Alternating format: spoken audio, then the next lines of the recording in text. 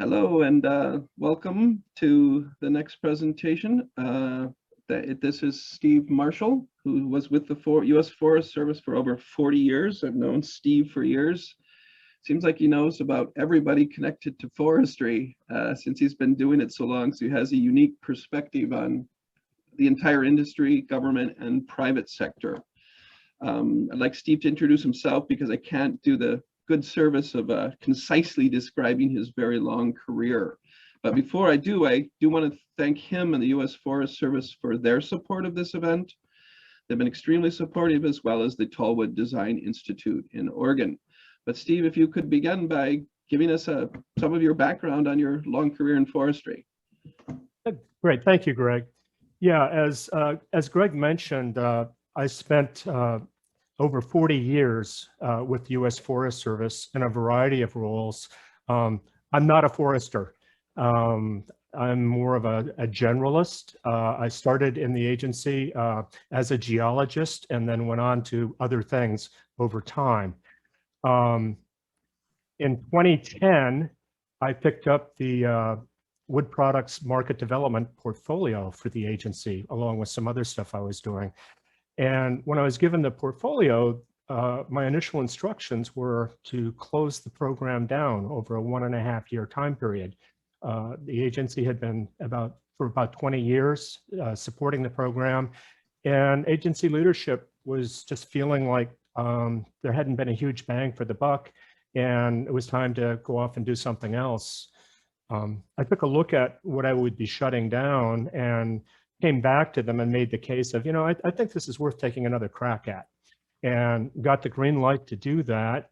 And so we're doing a variety of things starting in 2010. In 2013, I was looking for a national focus that we could do with the wood product market development effort in the Forest Service. And we landed on CLT. At that time, there was a lot going on in Europe. There was not a lot going on in the US. There was just a handful of buildings. There was a bell tower down in North Carolina. There was a small commercial building in Montana. There was some mass timber going into the Promega building in Wisconsin. There were a few private homes. But I tell people I could count the CLT projects nationwide on the fingers of my hand at that time. The only CLT production within the US at that time was SmartLam, which at that moment was making industrial matting using CLT. They had the ambition of getting into architectural CLT, which they did indeed do subsequently. But at that time, that was it in the US. The main scene was Europe, and it was all coming out of Gerhard Schickner's 1994 PhD thesis. Has largely been credited as getting things initially going in Europe. But from a distance at that time, it was kind of hard to tell just how broad the traction was. It was clear there was something going on there. There were a lot of intriguing elements about the CLT. We in the Forest Service were interested in it largely because of the condition of our forest in the Western states. We've been so successful putting out wildfire for better than 100 years. All of a sudden, we had a lot of forests in a condition that our silviculturalists were saying they were overstocked, and we needed to be finding some ways of having wood economically leave the forest in order to get to a better forest health condition. A huge effort on that. The wildfire situation in the West being sort of one indicator of that kind of condition. But we were also highly intrigued by the carbon story with mass timber and where that goes with what we're seeing with climate, and sort of foreseeing that that would be a hugely valuable thing. There were a number of aspects that drew us towards it. And coincidentally, the Canadians were already getting engaged in this technology. And we were seeing, so when we started, we had a well-established European models, and then the Canadians being a few steps ahead of us as well, a little closer to home to try and get a sense of it. Going back to me a second, just a little bit more biographical stuff though, because there were a couple parts of my background that ended up sort of influencing me and how I've approached my role in this whole mass timber space. One of the things I did earlier in my career, this was in the late 1980s, was I did an assessment of where things were going in the Pacific Northwest in the US with timber harvest and challenges to those timber harvests and the communities that would be involved in whatever outcome may come. And my summary picture of that was we kind of had a train wreck coming on our hands, no matter how some litigation that was going at that time would work out, that I just didn't see a clean path. It was going to be pretty darn messy, pretty tough.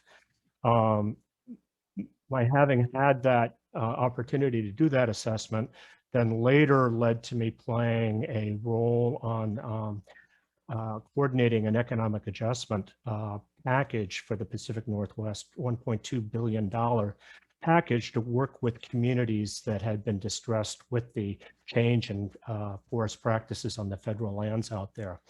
Very difficult time, very contentious, a lot of hurt out there in a lot of different ways. And I was involved in coordinating 9 different federal agencies for the first 2 years of the economic adjustment package out there. So got to know that space pretty intimately, a lot of issues pretty intimately. Also, earlier in my career, when I was still doing geology, one of the commodity sectors I had worked with was building stone. And I had become quite familiar with the building stone industry in Italy, a number of trips over there to look at how they did things, et cetera, et cetera. And they were going through a sort of a global revolution at that point in the expansion of markets. And one of the key ways, there was a technology side to it, but there was also this really intriguing side to it where a lot of the revolution that took place was actually being led by architects. And it was a fascinating thing to be a witness to. And that was, years and years ago, I was, involved in some of that stuff. So along comes mass timber and focusing on CLT and seeing the role that architects were starting to play in that and could play in that was something that was actually very familiar to me, based on a previous go round of working with a different material, go through a similar significant change.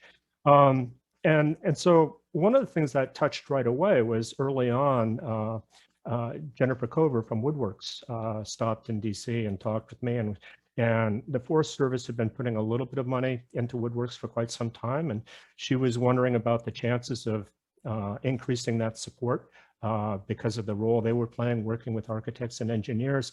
And it was that previous background of mine that I leaned on where she didn't really have to explain to me, in great detail that this was a legitimate avenue to support as an influential way to go. I'd seen that very kind of avenue work previously. And it was very clear from what I'd heard from others and also from her initial presentation that they had a very good thing going on. So one of the early things we did is we leaned in heavily on support of Woodworks. But in getting to that point, there were a couple of things, I call them confidence makers. In 2013, I did a lot of technical reading, finding out about mass timber. And, I talked to a lot of, sector players, but there were a couple things that just really, really stood out more than all the data and more than the papers and stuff. And there were 2 buildings. One was Murray Grove in London, which Andrew Waugh and Waugh Thistleton had, created. And that was completed in 2009, 9 stories. Folks, that was audacious what they did. There were plenty of other CLT buildings out there at that point in Europe, but what they did with that building was simply audacious. But it would have been easy to discount that because, one 9-story building and not knowing the whole story behind it is that, sort of a unique fluke and you'll never see anything like that again.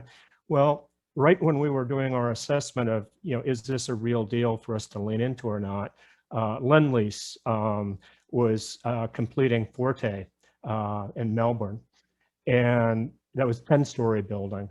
And part of what was really intriguing about that was it was on the other side of the world from London, and it was a huge corporation making the decision to do this. And it was strikingly similar to Andrew's work in London in a number of ways. Some of the very same people were involved in it. But to have those two touch points at that time was just hugely helpful in terms of confidence of this is a real thing.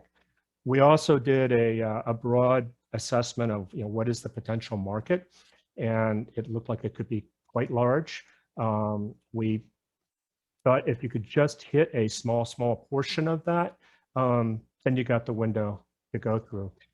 And so we went out with our Wood Innovations program and have been supporting mass timber ever since that moment in 2013. And I kept doing that work until a little over a year ago when I retired from the federal government and then started working for SmartLam. And over the last 14 months was with SmartLam. I'm in the process of leaving right now. Not sure what's next. It'll be in mass timber. The opportunity to work with SmartLam was fabulous. I got to work with great people, a great product, and I'm wishing them a terrific future.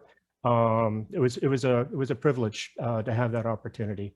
So I'm at a point right now where I'm scanning again, going, okay, where do I go based on what I've done so far? How can I continue making a difference in this whole sector? The one other thing in terms of, there's a lot of conversation about the social license for mass timber. And I actually think the social license is pretty darn broad at this point. And yes, we need to keep addressing it. We need to keep strengthening it. But my own experience has been that so far it's pretty broad, and it's based on the merits. And in part, with architects focused on sustainable building, working with it, it opens up the door to be talking about the sustainable material that wood is, and it sort of gives the context for that whole thing. Right when we were making, back with the Forest Service, right when we were making our decision to lean in heavily on mass timber, it was right at the exact time Michael Green came out with his fabulous TED Talk on mass timber, and it's why we should build modern wood skyscrapers. Terrific talk, and it made it easy for me, rather than getting into big long conversations with people about why this was an intriguing technology. I could just go, look at this. Here's the case right here. So it made that part of the dialogue easier. But if you look at the vast amount of media coverage that there has been over the last 7 or 8 years in this country on mass timber, it's extraordinary. And how much of it has been broadly favorable is also truly extraordinary. So yeah, we need to keep working on the social license constantly. Without that, you're nowhere. And I just see us as being off to a good start on that front. So I think, as most people on this Zoom probably know, at this point in the U.S., we've had, over that time period from 2013 to today, there's been more than 500 mass timber buildings that have gone up. About half of that, or 200 buildings, has been CLT, and then other technologies make up the rest. And there's a very large number under design right now. We have in North America right now about as many producers of mass timber as when we were getting started, we had buildings of mass timber. I mean, that's just sort of a measure of how far we've come, how quickly. And I suspect that most people on here are aware of the 2021 building code changes coming. I see that as a mega event for us in the US. I had a small hand in that process. When the ad hoc committee with the International Code Council had their first in-person meeting, I attended that meeting and did two things. One was to sort of share the picture of what we saw coming, how far along things were in Europe, and why we thought we would get rapid traction within the US. And then I also offered if there was anything that I could do to help, let me know. And they ended up coming back to me after working for quite some time.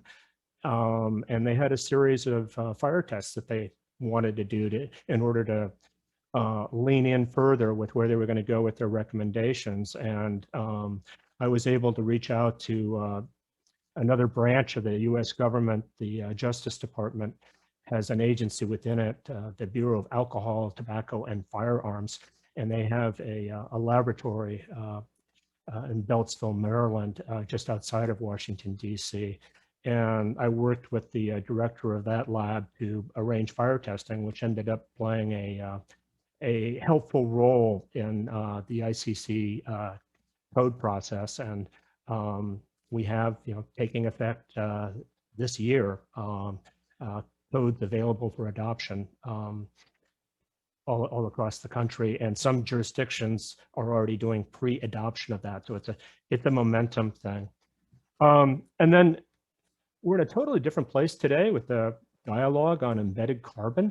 That was something that when we got started on this, there were a few very technical people that were talking about that all the time, and not too many people really seemed to be aware of what they were talking about. And now, that's a big deal conversation, very big deal. We've also got, from a timing standpoint, we have a new administration in the US right now, and that administration is coming in at a time when last year, both the House and the Senate in the US Congress had technical reports on actions for addressing climate change.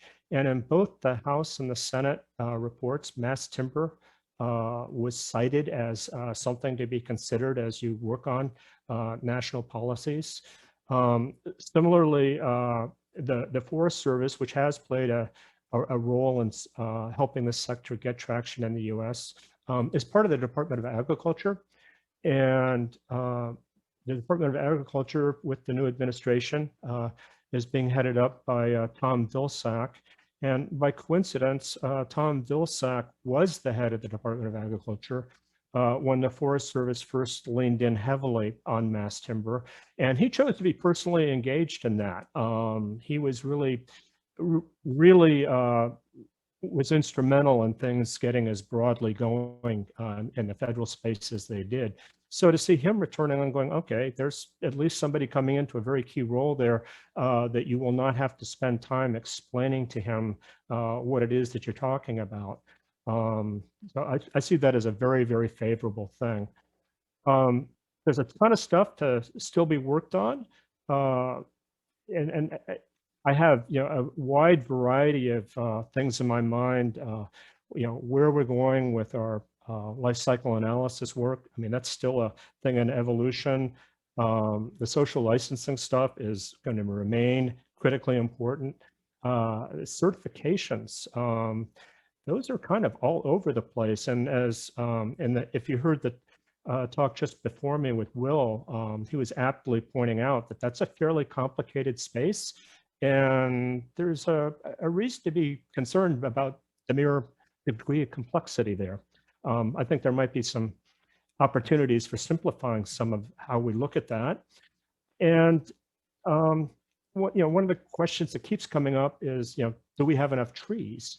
And I think that's one that we can readily address.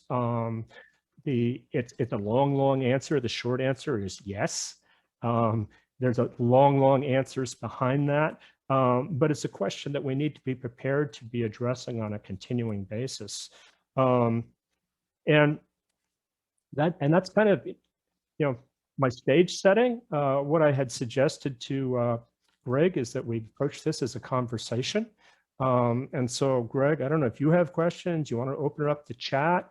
But before we do, just one other thought here is, just how I talked about the confidence that we got when we were starting out with a federal focus on mass timber from looking at Murray Grove in London and Forte in Melbourne. I think there's going to be a similar thing with the combination of the 2021 building code and then the Ascent project taking place in Milwaukee right now, which is a 25-story building. And I think, the mere existence of Ascent is really going to telegraph quite a message. I tell people that, doing a 7-story building in the US just got easier. Yeah, yes, certainly. I mean, it's getting hard to keep track of all the proposed taller and taller mass timber buildings, not only here but internationally. And there's not a single resource. So yeah, I think the story is going to be told by that and just demonstrating what's possible. I just I do if we can, Steve. I just ask the audience to put their questions in the chat or the Q&A, so we can have kind of an interactive dialogue. Okay. And while that's happening, yeah, viewed here from the Pacific Northwest, from Oregon and Washington, the real estate market is so strong that we're already supply constrained just on, let's say, framers and plumbers and electricians and foundation people, and the volatile price of timber and lumber and steel.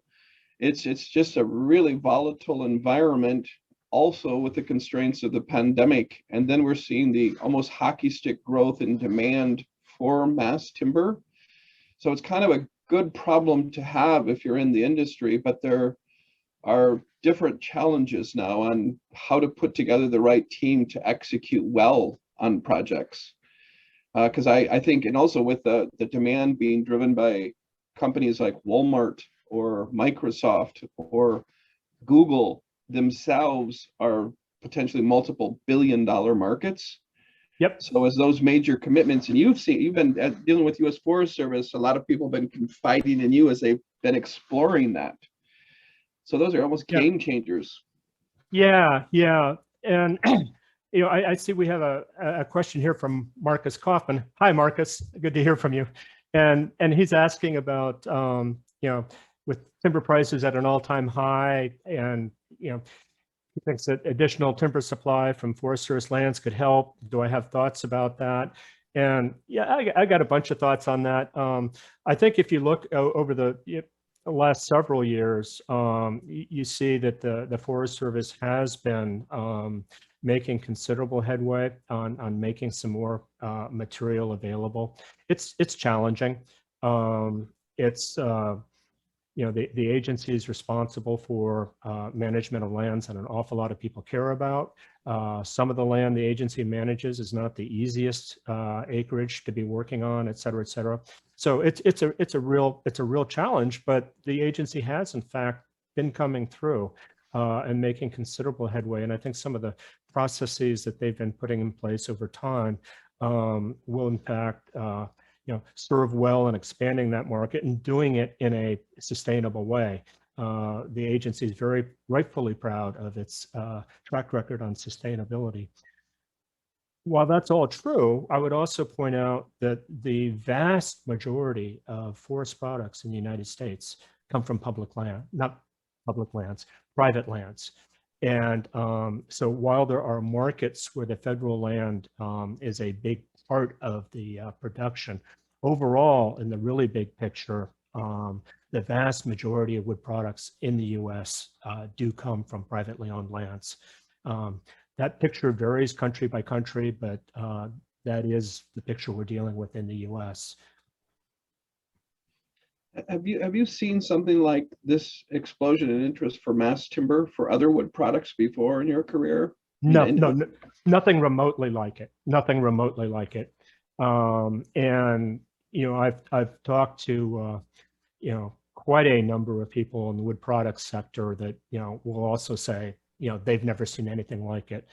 And I remember at the very first Mass Timber Conference in Portland, I happened to be at one point sitting in the back of the large auditorium with a couple of forest product company executives, and they were looking around the room and seeing who was there.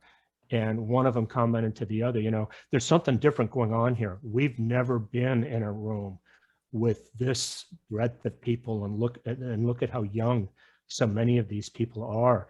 And he said to his competitor, they're sitting there talking to each other, he said, I think I might be seeing our future.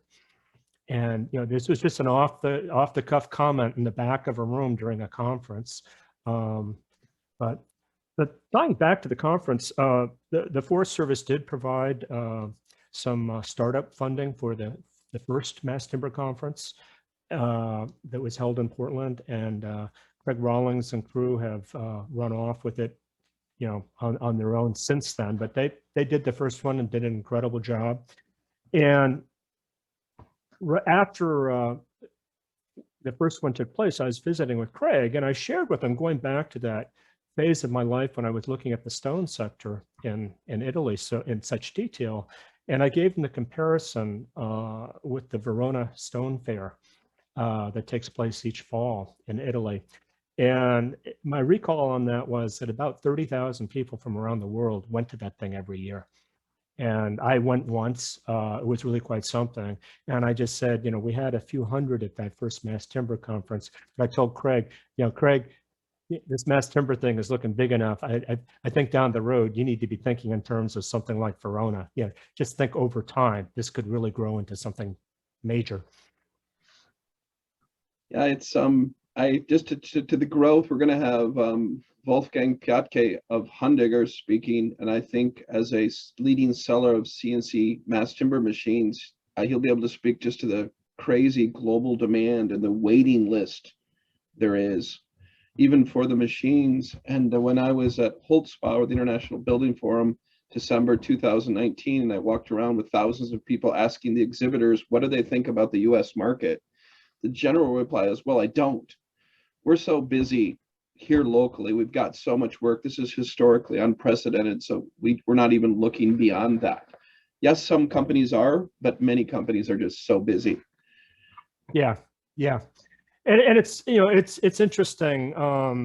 Right now we're still in, very early growth phase, but we do have, significant projects in most states.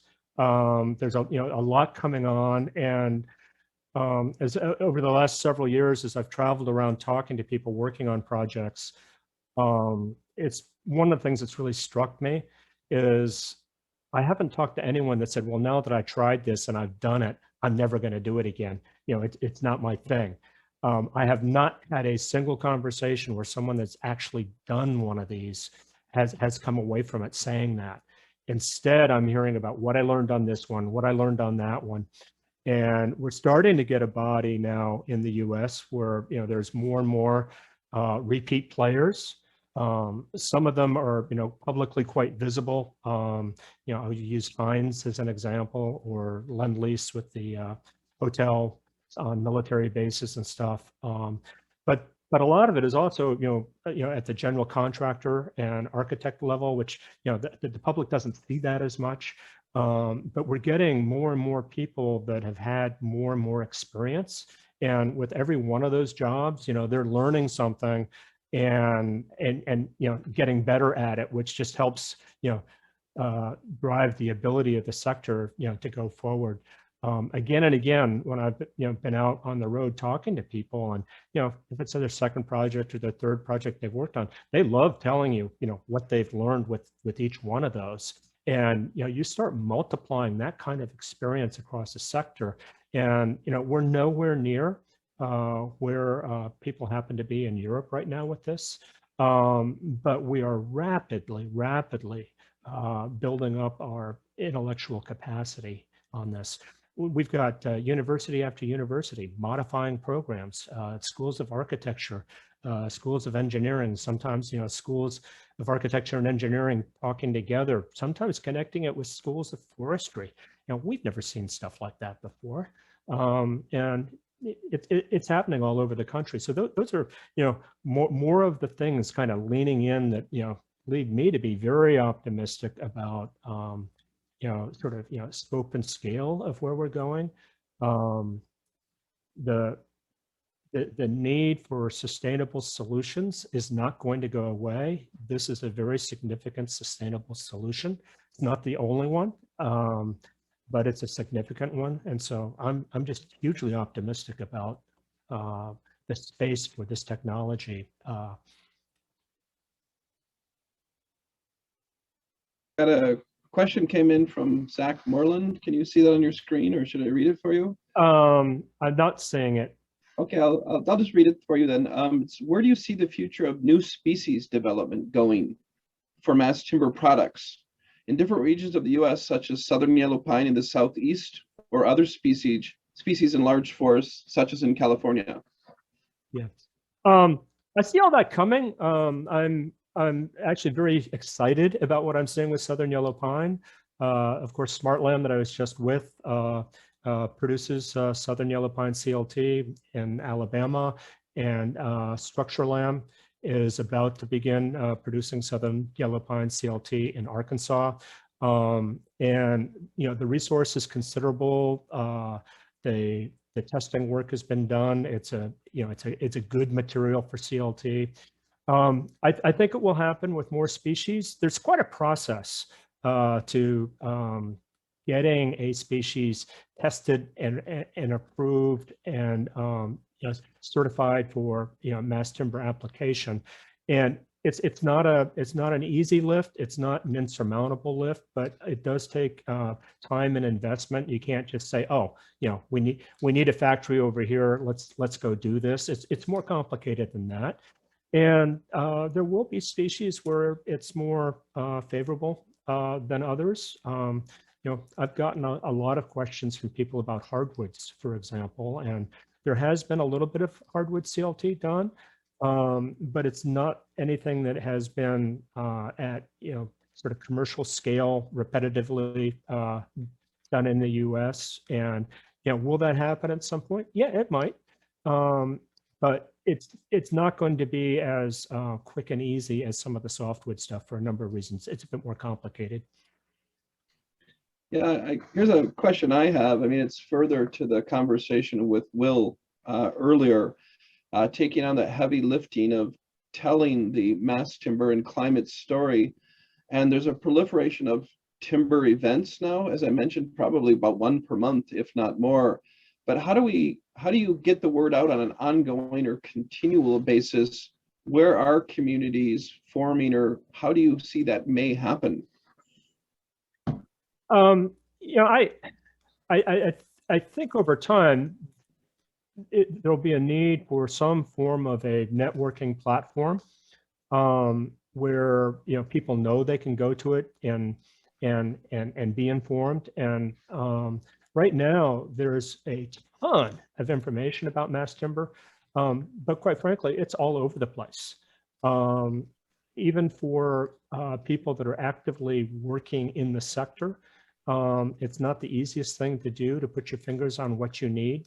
And I see that as part of a, there's information that is needed within the sector to be more accessible within the sector, but there's also information that is needed for broader audiences, and going back to the whole social license thing, that needs to be more accessible and approachable. And right now, at this moment, it's really not a lack of information. It's more there is no cohesion, there is no ease of finding it, and I could give you example after example where the same information is sort of put forward by a bunch of different people, and even despite that, it's hard to find the information. And unfortunately, probably isn't going to change. I mean, the pace of technical change, the sheer number of projects. So the tidal wave that one should or could keep up with is growing. And that's kind of why I organize this event, is again, just I want to try to keep track and talk to different people and connect with them just to learn. And I don't know where that information should reside. We can't all go continually to conferences every month, especially because we're really, really busy building. I just want to contribute to help creating that community and sharing those resources. Well, I think, just give you, a couple specific examples. The whole dialogue around biophilic design, to me, there is a real there.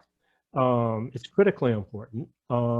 If you dial back just a few years, if you brought that up, people would be pretty likely to ask you, what's that? And yet, at this point, it's getting broader and broader traction. And then mass timber within that. There's some very promising information. I think a lot more needs to be developed. But the people that are working on that and need to work on that probably need, something that's theirs, where they can be having that dialogue. Separately, just use the example of life cycle analysis. There's very robust conversation taking place around that, and that's rapidly evolving right now. It's in a different place now than it was just a few years ago, and I think that will continue. But there needs to be sort of, a time and place for that coherent discussion. But then at another level, there needs to be access across those conversations, and that is. You've got a few things out there now. Some of that takes place, by way of the Mass Timber Conference, but that's not, sort of, sustained regular access. And so I see it as something that I don't know exactly how it will evolve, but I believe it will, where these various formative conversations that are taking place in these different specific areas, they both need to be supported, but also the interconnectivity between them needs to be cultivated as well. These are all kind of still good problems to have. I mean, and just to address that, keeping track, I'm going to have Christian Pfeiffer, the general director of Ligna, which is kind of Latin for wood. They have 93,000 people attend their event in Germany, and wow. such diverse topics. So I mean, even attending that event, people tell me they're just completely overwhelmed. Yeah. At a singular event, and now where the growth curve is so high, it is hard to know where to look, and even for your specific needs. Even if you're like, and you're in Oregon, and we want to do a mass timber project, and we need to find who's available and who knows how to do this. It's hard to find those resources. Yeah. And at the same time, all that's true, as you're well aware, Greg, we also have all kinds of critical technical gaps. The sector is growing at a pace where the availability of engineering, to work on this is it's growing, but it's not a vast community. Installation, capacity is growing across the U.S., but it's not what it will need to be. That's an area of growth. You can just go through the whole, chain here, and there's just a boatload of opportunity, and some of it will be experienced as bottlenecks. Yeah, I mean, certainly right now it's very limited, even getting wood. Right now, today, that's a major constraint. We're seeing projects being canceled because we can't source it. And ultimately, what the market wants is buildings, completed buildings, not piles of commodity lumber. So how does the market solve those problems? Where do you find those people and processes? And yeah, an overwhelming question, but mostly full of opportunity. Oh, absolutely. Yeah, very dynamic space. Yep. And I would rather have these challenges than be in the position of not having them. Oh, very much so. Well, let's look to also ask the the audience. We've got quite a few people, about 80 people on here. For other questions, this is a great opportunity to ask Steve. I always look to him as a resource and have for many years, just because he's been in the industry so long. And then you've been hearing all this at the Forest Service. People come to you because they can kind of explore things at even large scale projects before the market knows about them. And you can see the stuff coming, the tsunami coming down the line. And there is a lot coming. Perfect. Well, we're good. We're positioned, and I think there's future events coming up as well. I think both online, and we don't know, of course, when the physical events will happen. I don't mean, will the Mass Timber Conference next year be able to be held in person? Probably. Hope so. Yeah. Yeah. And we're trying to do the one in the Nordics. We had a call with Will, trying to do something mass timber related in the Nordics in October or November, thinking that's maybe probable, but maybe they will have to be hybrid events. I haven't asked a personal question, I guess, out of my interest. What do you think connecting communities globally for best practices? Like what's happening, like you said, with Lend-Lease in Australia, or what's been happening in Alpine Europe, which has traditionally been the biggest producer of mass timber. Are there opportunities there to forge more connections? Well, I think it's a necessity. And so, yes, I think there are opportunities, but I also think it's a necessity.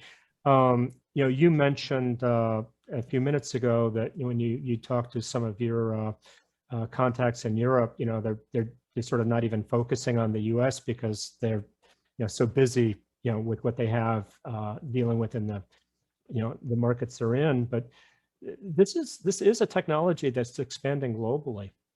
It's not just the U.S. is a great big market, and that's my primary focus.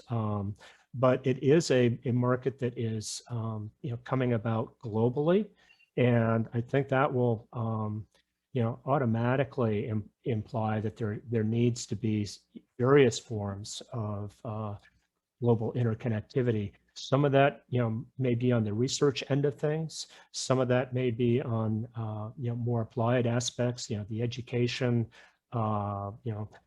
company procedures, all of that stuff. But my sense is it'll happen. I think the main reason we haven't seen a lot of it, quite frankly, is because we're just getting going.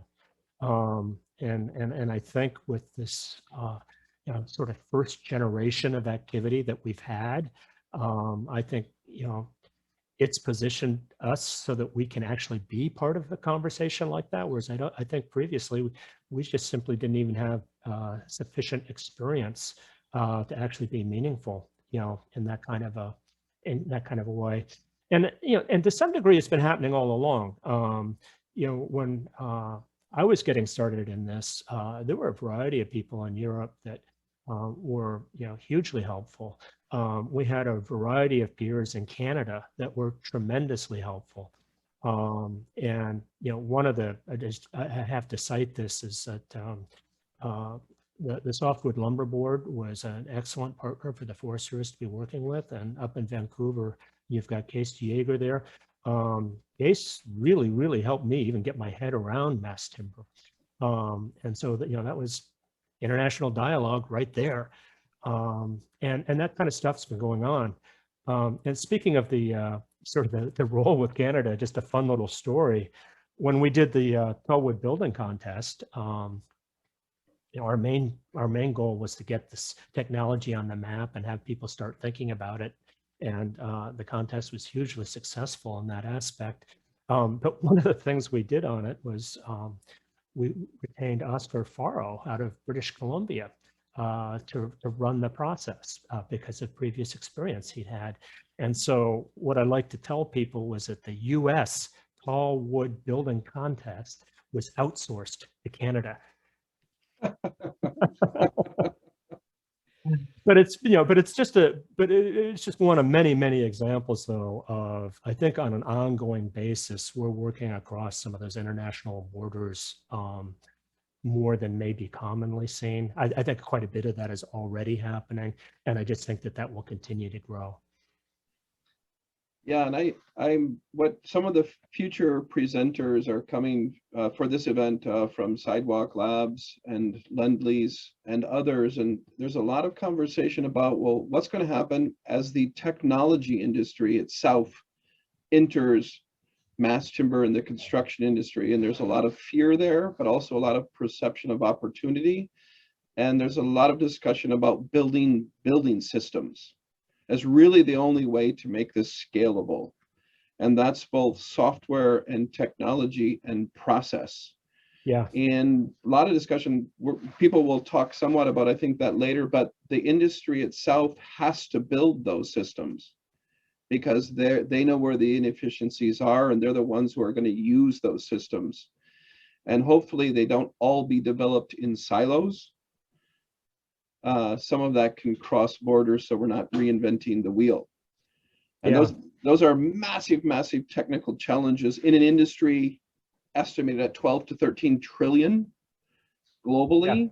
Yeah. And I think it's exciting for the US because we're such a big wood country. And yeah. I view from here on the West Coast, where it's almost like the default material in the majority of single family homes, then shorter buildings and increasingly in taller buildings.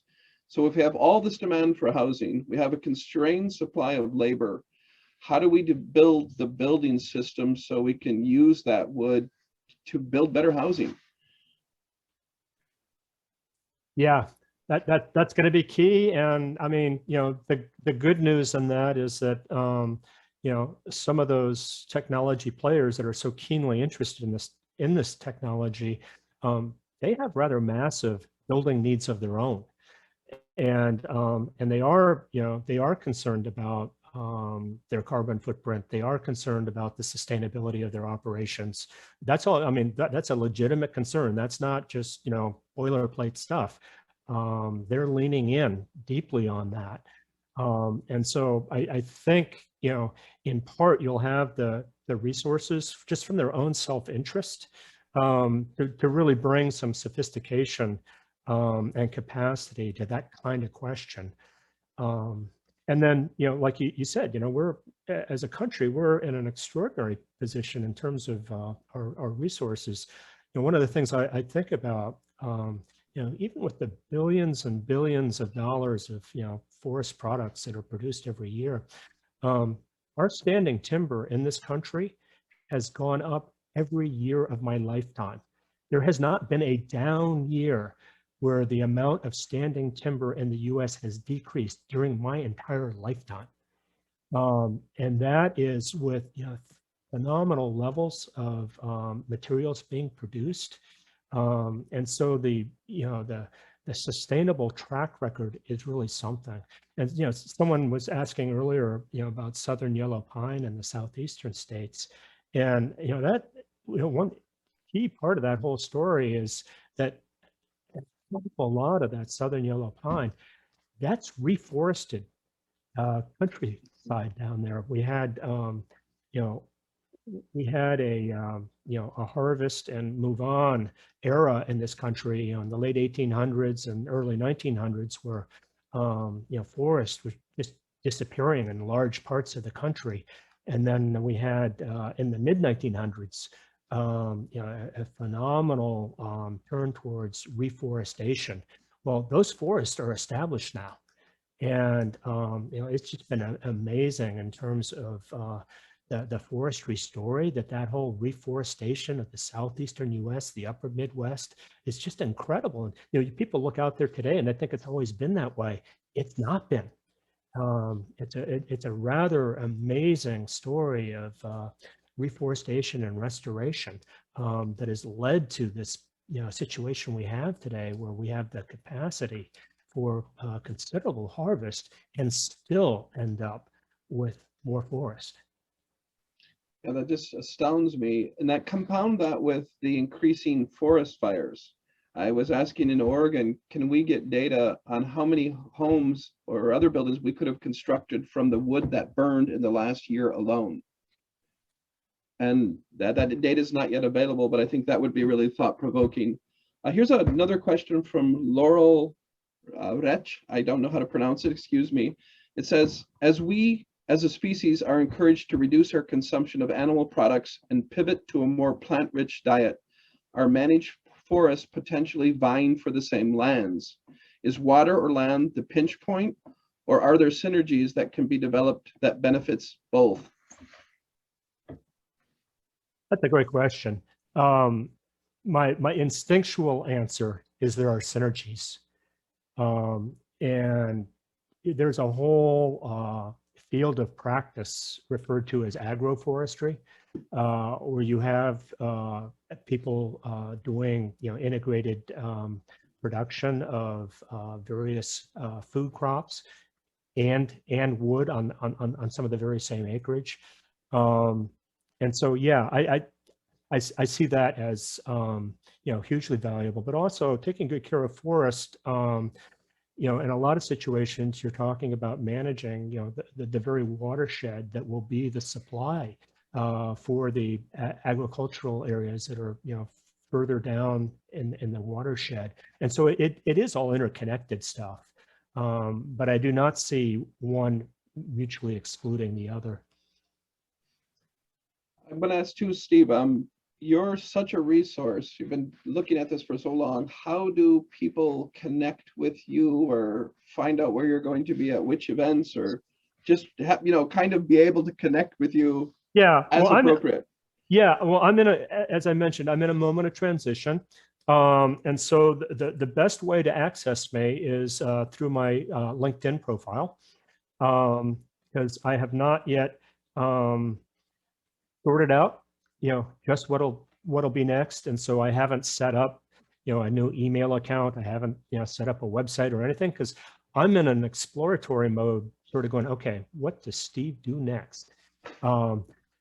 And I certainly don't have the answer to that question. It's kind of an exciting moment. My career, even though I spent a lot of time working for one employer, my career was a whole series of different episodes, and working with different teams of people, different stuff. And I'm sort of approaching this as, okay, I'm figuring out what that next episode's going to be.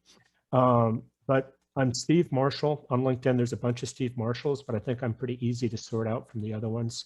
If you add timber or mass timber in your search or whatever, you can find me. I'm there. Yeah, I think you're just an amazing resource, because the person who knows even the things that you don't know, and that's so valuable. I've told people for years and years, most of what I get credit for doing, I didn't actually do.